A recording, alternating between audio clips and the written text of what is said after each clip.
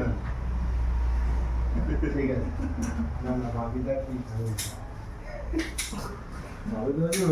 professional YouTuber. He's smile is morning.